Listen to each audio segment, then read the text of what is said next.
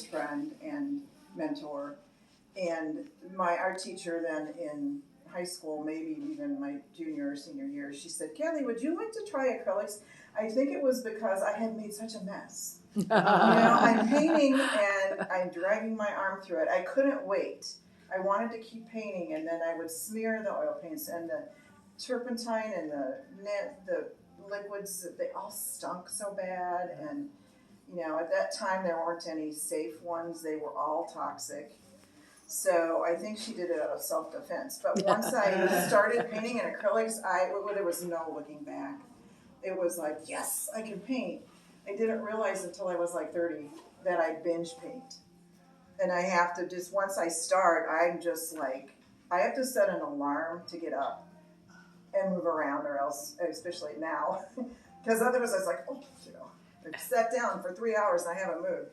So the first, I'm kind of lazy with some things too.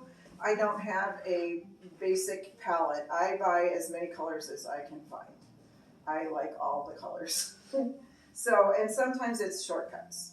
There's shortcuts, So this is the blank canvas had this gray tone on it. That's the first step.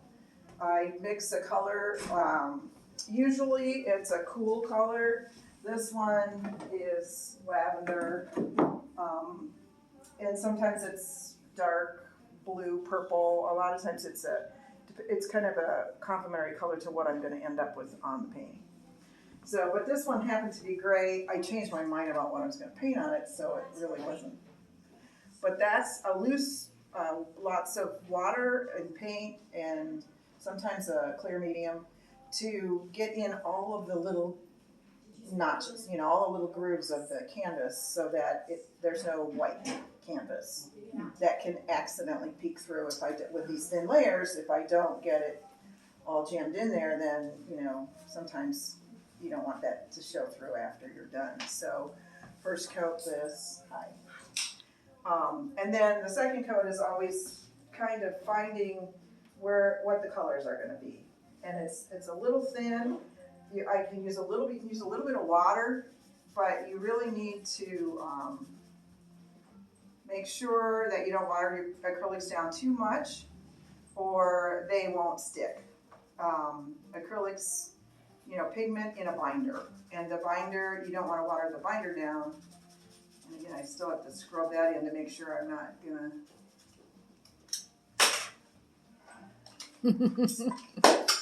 It's like, what can I see? Oh, so I don't have my glasses on. There we go. Make sure there's no peeking out, and get that all scrubbed in. So that'll be the first coat. Well, actually, the first thing I do is lay out what I'm going to draw. And I do use a computer, and I do measure key points. It just makes it faster, again, because I'm lazy. I don't want to trial and error anything. I find it difficult when I'm working on something much larger than life. I have a harder time. Your brain doesn't want to make it that big. Your brain wants to keep making it smaller because that's what you're looking at. And so I tend to, I'd start here and sketching it out, and then it would be like this. It's like I haven't got big enough. So I do use a ruler and my computer, which my Photoshop has a graph on it, to find these like key points, and then sketch it out with some paint. So do that first. So this will look like this. Then I'll go in and do the background. I typically don't start filling this in unless I need to wait for paint to dry over here where I'm working on the green. So that would be the first layer. This will be the second layer. It's just getting this in. I do try to look for darks and lights while I'm doing the second layer and vary it a little bit. So if there's a really bright area, I wouldn't put the really dark green. I just kind of start to get towards that area. So that's what it'll look like first. And then the next layer is just kind of blocking in the shapes and the values. So up here, there's a leaf back here. It's out of focus, and I don't want it to be in focus. I like to do photography with a very short depth of field, but I like to paint flowers that way too. With this being out of focus, it's going to recede. and it helps then bring that flower like hanging right out of the canvas. Yeah, So- you can really see that on your irises over there, Yeah, how they yeah. really pop, you know. Sometimes the background is what attracts me to a painting. I've painted a lot of irises and a lot of roses and a lot of daylilies, and sometimes there's something really interesting in the background. That one up there, the daylily up there, I was in love with the background on that one. So you can see it's a little more interesting. And the aerial view, just looking straight down on the flowers instead of a side view. It's just, yeah.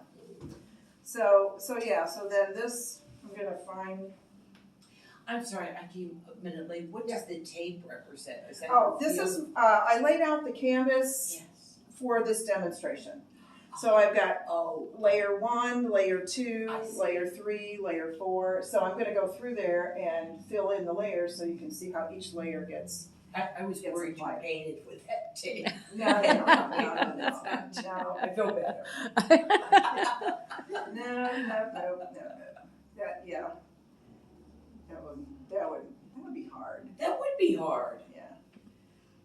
It's like, no. So I'm just, and if you can't see, you'll have to move over that direction because you'll have to, I'm leaning as far as I can over here and still see what I'm doing.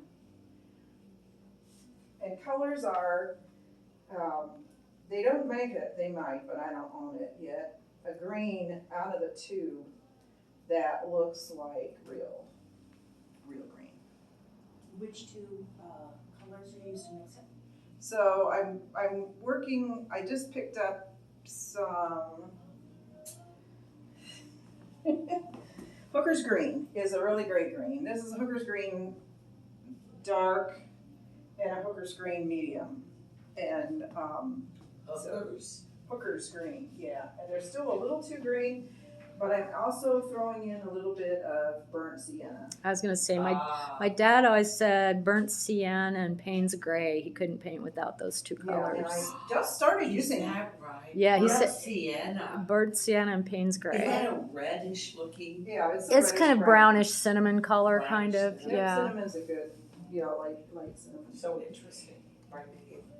But I just started using Payne's gray recently. So I'm gonna try to find these leaves that are up here. There's some background here. Do you just take a lot of artistic license? I mean, you don't try to like replicate the photo. I wouldn't. No, well, yeah, somebody told me a long time ago, if you want to copy a photograph, that would be like hyper realism. Yeah. Which, again, maybe because I'm lazy, but if I wanted to copy the photograph, I would blow up the photograph. And when someone told me that, it was like, oh yeah, that makes complete sense.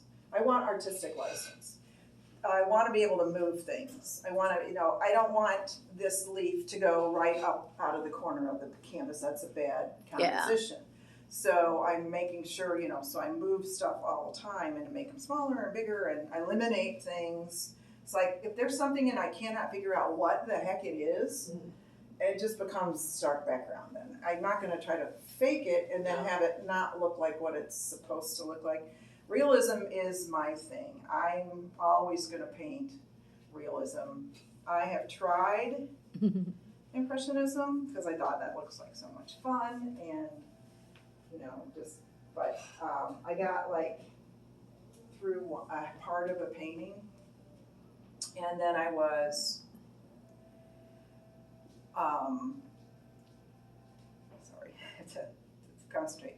I got through part of a painting and then all I could do was look at that detail. It's like, I have to paint that. I saw the edge of that leaf, and it was like, in that curve, it's like, I gotta paint that. Or the pollen that I could see on this flower, that was now, the stamen was like this big. I was like, I gotta paint that. And so I just found myself really compelled to paint the details. And so I learned that that's part of. Does that translate to your daily life? Do you look at your kitchen differently than the rest of us? No, I have no problem overlooking dust. I have no problem. It's like, yeah. So it's nature is where you. I think it's. Nature. Okay, yeah. It's a good choice there. Yeah. I think that's what a lot of it's nature. Now, if I wanna make a really dark green, this hooker's green is really dark. I can't lift that too, I got a drip. If I wanna make it really, really dark, I add dioxazine, however you say that, purple. Oh, And nice. that it makes the blackest black you can make. It even darker than ultramarine blue and burnt umber. Right? Yeah, that's the dark brown. No, burnt sienna, burnt umber. Those two are like the classic. That's what I learned. That's how you make darks and shadows and stuff. But I found this green and this purple make even darker greens, and this is even the darkest it can go, and I'll show you a little bit of that later. And I'm trying to keep these edges fuzzy, so Do you find it a cooler or a warmer dark than the burnt umber and ultramarine mix? blue. Well, that way you can go either way. You can go warm or cool with the blue and brown. This one is really tricky because it can go to purple or it can go to green super easy. So you have to really find what is going to work. And literally, like if I want, in this one, I want it to be a little bit green. So, but sometimes, and I'll talk, when I get to the last stages where I talk about filling in those darker spots, there's another trick. There's more tricks. So, let's see, there's a leaf over here, there's some dark over here. And there's a leaf here. I'm sorry for interrupting. That's okay. What kind of brushes do you prefer to use? You know, probably not the right ones. Probably not the right. I really like the shape or the Shape. The shape. My favorite. This is a little wedge, just a little flat wedge because it's really good at filling in flat areas. But my favorite's filbert. And the filbert is the flat but rounded tip. That's my favorite because you can get a thin edge with it, but it's soft. There's no points. Like if I put this down, I'll get a point, you know, and if I don't want a point, then I got this, like this got too sharp over here, so I'm just kind of fuzzy, making that fuzzy because I don't want any really sharp edges in that background. But yeah, and there's a shadow in there. There's a shadow up here, and some dark over here. It sounds like they're painters in the room. It does. It does, doesn't it? It sounds like they're just fans of art and painters. It's a whole different thing, isn't it? Well, I'm always like super curious. So when I was little, you know, I always like to ask questions and about stuff, and so I don't mind at all. As a matter of fact, my nickname is Little Miss Know a Few Things. Because I was like, know a little bit about a lot of stuff. You ought to play trivia. I'm pretty good at that. I can't remember it when I want to. Hey, that reminds me, I think we're gonna start an art trivia night here. Wouldn't that be fun? Wouldn't Yeah. that be Yeah. so fun? Yeah, I think we're gonna start It that. always works better, Jamie, if it's a team effort. Mm-hmm. It's always better. If you're Mhm. alone, you won't come because you'll Yeah. fail miserably. If you have a team, it ebbs and flows. People know stuff that surprise you Yeah. and delight you. I have That's to a brush good up on idea. my art history. Isn't that a good idea, Megan? That was Megan's idea. It's a good idea. You'll have to make Olivia bring me. I will. So this layer, I see a leaf back here that I kind of like. It's got a shiny, it's got a shadow on it from another leaf, so I'm gonna put that in there. Thank you. So as you can see, this is just laying out kind of where the shapes are, covering up this washy looking layer. I want to make sure I get paint on all of that, and sometimes it's whatever's left on my palette, just to get that covered. So then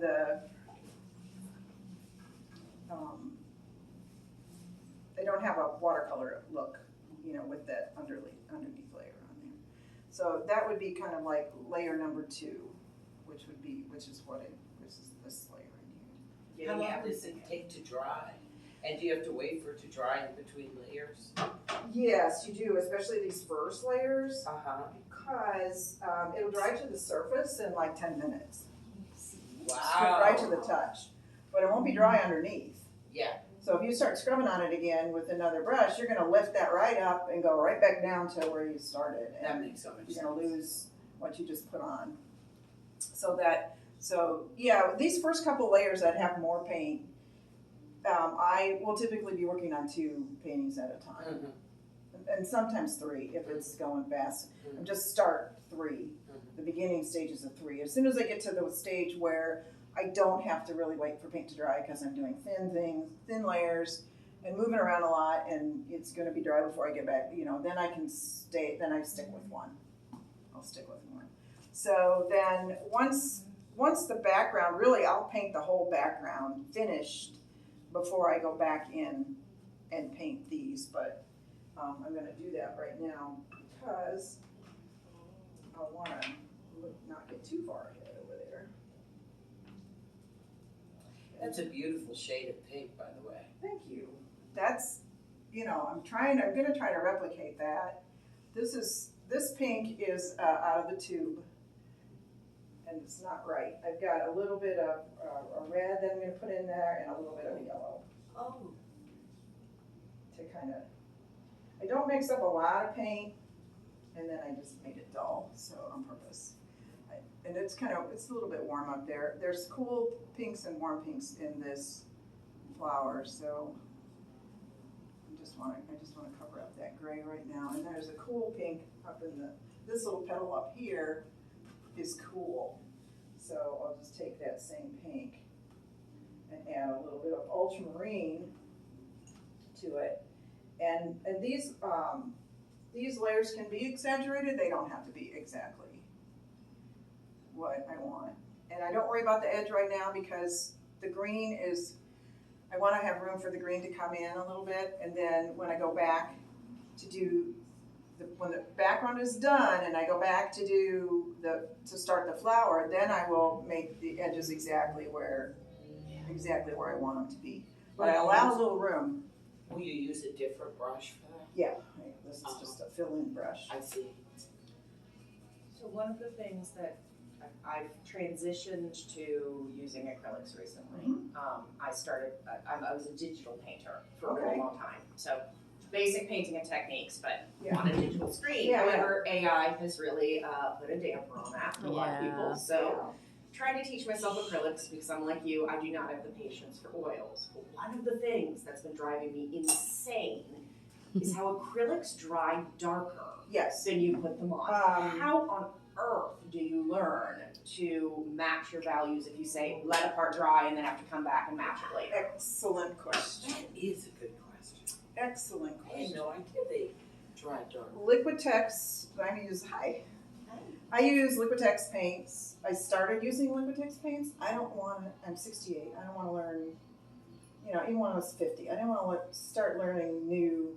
The colors are different in different brands of paint. Is that a branch? Liquitex is a brand. Liquitex. It's middle of the road, I think, with quality. I think you could buy more expensive or cheaper. Advice to anybody learning how to paint in acrylics is buy the most expensive paint you can afford.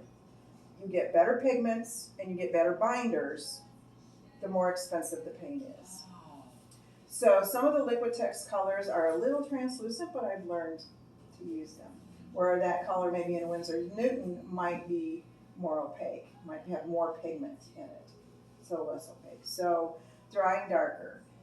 There's one trick that you can use, and that might help, and you can get, and it's not really going to show. You're not going to be able to see it. Maybe you can right there. Do you see how that looks lighter now, where I put water on it? Can you see that? That's what you want to match to. Because when it dries, it's going to be darker. So just get it wet. Get it wet, but it doesn't always work. Okay. But you can try it. See, you can try it. So Barely experience and get it wet. Yeah. And that's part of the reason why I ended up with so many layers, is it's always going to be too dark when I start. And so every layer I put on is like I keep lighting it a little bit more and a little bit more, and pretty soon it's like the final layers I'm putting on, you know, because look at how much lighter this is than this. And even this corner that's just about done, you can see some of these little sunny spots are almost still a little bit lighter. So rather than go too far and have to back it off, I just keep making it a little bit. Is that part of why you control and use stuff straight from the tube? That way you don't have to try to mix a match to a color you've already put down? I rarely use paint straight from the tube. Okay. I So you almost do always always. mix. Yeah, Yeah. I mix something. Like you showed you that pink, it just wasn't the right color. Yeah. So, but it is a shortcut because it got me already close to where I wanted to be, and then all I had to do was tint it a little bit. So if I have a lot of, if it's a big purple flower, then I might use the color really close out of the tube, straight out of the tube, and then for a base coat, you know, and then adjust it as I go. And sometimes I change it a little bit, you know. So, where was I? Sorry, my apologies. No, that's okay. I'm very easily What- sidetracked. I'm sorry, what are you painting? Dark acrylic. What, I just Oh. wanted to ask you, what's your choice? Is it nature? I do science fiction fantasy illustration and then do contemporary painting on the side, so. That is so interesting. Some guys about drying darker. So it's trial and error, and you can have I have a friend who uses a piece of paper, and she'll dab a little of the color she wants on here, and it'll dry really fast, and then she'll hold it up on a white piece of paper. And then she'll hold it up and go, nope, it's still too dark. And then she'll, you know, can line it up. So that cheat sheet, I just learned from her, and I was like, that's really a good idea. Really? And yeah, plus because colors are so different because of what's next to them. Right. And you can be tricked, like majorly tricked, if you think I'm gonna make this color, and it's so affected by what's around it. I find that to be true a lot, not so much with greens, but with like blues. For me, that's just my brain. Like if I'm trying to paint a sky, and I'm going, well, that got way too green, you know, because I wasn't painting it. As soon as I go to put something else on it, it's like, oh, it's the wrong tint, because it's, if you start with a white canvas, you're going against white. You can't really tell if you're going to put, you know what I'm talking about. You know, it's an optical illusion when your brain tries to balance everything out, so it kind of tints it the wrong way. But so yeah, Those so are they do both it. good tips. There is a new paint I just found when I was ordering paint the last time. Ooh. I think Winsor Newton makes it, and it says does acrylics, and it says does not dry darker. Oh. Exclamation point. And that's why I said, you know, I have $1,000 worth of acrylic paints. I'm not going to discard all of that and start over with a new brand and have to learn the new colors and the new, you know, it's like, I'm doing okay with this. But if you were just starting out, that might be a It'd good be a great way to tip go. to try. Yeah, to try. Yeah, Especially if you start out and you only have 10 tubes of paint, and then you find that to be a frustration. Look into that other brand. They sell it at Dick Blick's. I order all my art supplies from Dick Blick's online. So What's the name of that site? Dick Blick. DICKBLICK. Is that a person? Dick. Tattooers also use them. Who does? Tattooers. Oh yeah, they have Dick Blick. all kinds of art supplies. Oh. They have every kind of art supply on. That It's you can cool. imagine. Never. The catalog is like I this. still call them as a bunch of those stickers. Yeah, so anything you want, I mean, and different levels, you know, they have all different levels of quality of canvases or, you know, and my favorite thing, I'm becoming a snob, is to stretch my own and prime it and, you know, gesso it myself because I like the texture better. So I do not like a smooth, slick texture on a canvas. I like to feel rough. It wears down my brushes really fast, but I like the tooth. And I do sand it down a little bit so it's not too rough, but you can feel it. You can, interesting because You your can feel it on paintings look this. so smooth. But feel how rough that is. I need to sand that a little bit. And then you can, let's see, did I bring a little? I did. Do you want to grab a chair? And here's the, I just want to feel I don't know if you can see the difference side by side, but that's a cheap, That's when you buy at Michael's. yeah, that's a really cheap one. I'm gonna re-stretch that one. If stretcher bars are It expensive, has texture a little to bit, it. that has more. Some of It them are has texture, shinier. it's not completely smooth. Yeah, some of them are shinier. That's exactly what. This one has a little more, but not as much. So, or a little, Thank you for getting up for me. but that's really rough. Oh, yeah, that is That's really really rough. So it But I kind kinda of like wraps it, so the I might- paint better too. It does, but then it leaves little gaps, so it leaves little holes, so, because the paint will catch on the top, so. Thank you. Yeah. So why do you like it rough? I don't know. Do you want to move that I think chair so because she it can does sit have down in a paint. chair instead of a When stool? there's, Texture. if it's too smooth and it feels slippery to me, then the acrylics are already slippery, and then they don't catch. Maybe They that's, don't grab like I it's want them like, to. because I paint with oils, so acrylics are a lot more translucent. Some of So them are, maybe that's yeah. why. yeah, some of them are. And the medium, the acrylic medium is slippery. Well, oil paints are slippery too, but in any case. So, I just like a good feel, like I like something resisting a little bit. I do. Like paper. yeah, I do. I like stiffer brushes too. I had to put because I did a lot of my painting on my iPad for a long Mhm. time, I had to buy a cover for the screen that replicated the paper Yeah. texture. Oh, because that the makes black sense. screen was awful. Yeah, because you don't want to feel that. That makes sense, yeah. Wow. So now I gotta concentrate here. What am I gonna do? You'd hope, unfortunately not so much. Artists always suffer. Well, I do need some paper towels. Okay. Can you bring some paper towels, Megan? Couple. Thank you. Or just bring the roll. Yeah, thank you. I have this it's a watercolor Mr. Bottle. Thanks. are. And I periodically, let's see, I don't need that on now. I just made myself a little, sweat, cold, hot, sweat. A little mister to just real super fine, just to mist this so that the surface of the paint blobs don't dry out while I'm Oh, yeah. doing a different color. And then that's really important, otherwise you're gonna get crumbs Yeah. in your paint. Yeah. And also the reason why I needed that paper towel is the paint I smeared around over here is dried, so I just have to wipe it off. Is that just a little plastic tray? This is ceramic. Ceramic. Yeah, and it's super shiny, the paint won't stick, it washes up really, really easy. And it's white, so it's not affecting, it's not changing the color. And it fits in a Tupperware. And then I found the Tupperware. Fits in a Tupperware. Yeah, I went on eBay and found the Tupperware. Goodwill, Yeah, or that. they have it too.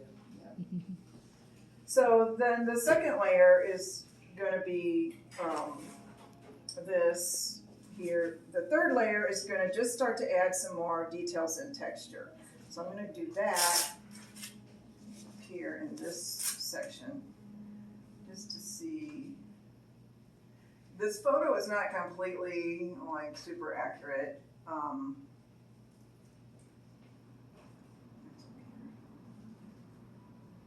But it's close enough for now because I'm not copying, I can move the petals around if I want. About how long does it take you to finish a painting? Everybody asks me that. And it's like, and I started telling people 50 years because that's how long ago I started painting. That's a good answer. But, I never know. Sometimes they're gonna flow really well and sometimes they don't. So when I'm doing something like this, I'm gonna get some paint on here and try to get some more paint on there before it dries. And how important is the light? Do you ever wake up in the middle of the night and say, I've got to go in and paint? Or does the light have to be just right? I have been only frustrated by trying to do that. By painting at night Yeah, it's versus too light? dark. It's just too dark. Yeah. So I'm I've just gonna always start. wondered, the light has to be hugely impactful. LED lamps help, because you can buy lamps now where you With can cool- set the color of your light. So I can be like, I want to change it a cool light or a warm or a pure Or light. daylight, and I like daylight. Give me Yeah, you daylight can set anytime. it to, Yeah. very useful. Give me But then when daylight. it's done, if somebody sees it in a room that doesn't have that light, does it change the picture? But it's, Sure, but yeah, it's always gonna change your Yeah. colors. But it also changes their, everything else that's in the room Mhm. is also being changed the same, so It's true. it's not gonna make it not match, you know? Our brains auto adjust for whatever's there. If you see, say, a light in a house at night, right, that light is yellow. And that's why from the outside, all houses look like they have yellow or orange Yeah, windows, right? the incandescent lights are very yellow. Mm-hmm. And our eyes just adjust for that yellow, and our brains help adjust for that as well. I'm gonna get out a little stiffer brush so I can Well, that makes so much sense. make. I've learned so much in this So- free time. So this is like, you see I put this pink down and I put this over it and then it's still wet, so I can just scrub that in. And I'm starting to use my brush in the direction that the little veins in the flower are growing. This petal up here is a little, it's got some cool on one side and some warm on the other side, making it really fun. Did you take that picture yourself in your own Yeah, oh garden? yeah, I only use my own photographs. Yeah. I wouldn't want, it would be like plagiarism to use somebody Do you- else's, without their permission. Do you also do fall seeds or fall leaves or Sure, fall? there's that one, it's kind Ah. of fall, that's late summer, Uh, kind of fall, I do. because fall is so alluring. It's my favorite season, October is my favorite month, I bet. but it's not, but I can only do so much orange and yellow. I'm really into green right now. It's a difficult color to be into. Green? Yeah. Because so many shades. Oh, a million shades. Is that why it's so Million shades. difficult? Green coming out of the tube tends to look very lurid to people. It's like You mean crayon bright? green, it's Yeah, just bright. not, it's Very not right. Lurid. That's I why I like said your they, word better. they've never made a green that really matches grass in Yeah. a tube that I have ever found. It could be out there, but I've never And found part of it is because plants, it. They have plants like, luminosity. yeah, luminosity like skin, light enters and disperses inside, so you're getting an internal glow and color changes. And there's the science behind it. And you have usually several different colors of light because you've got the light source from the sky, which is blue, and you've got the light source from the sun, which is yellow. So you have a couple different kinds of light colors interacting inside the plant and glowing out of it, blah, blah, blah, blah, Yeah, blah. it's science. Green is hard. Green is so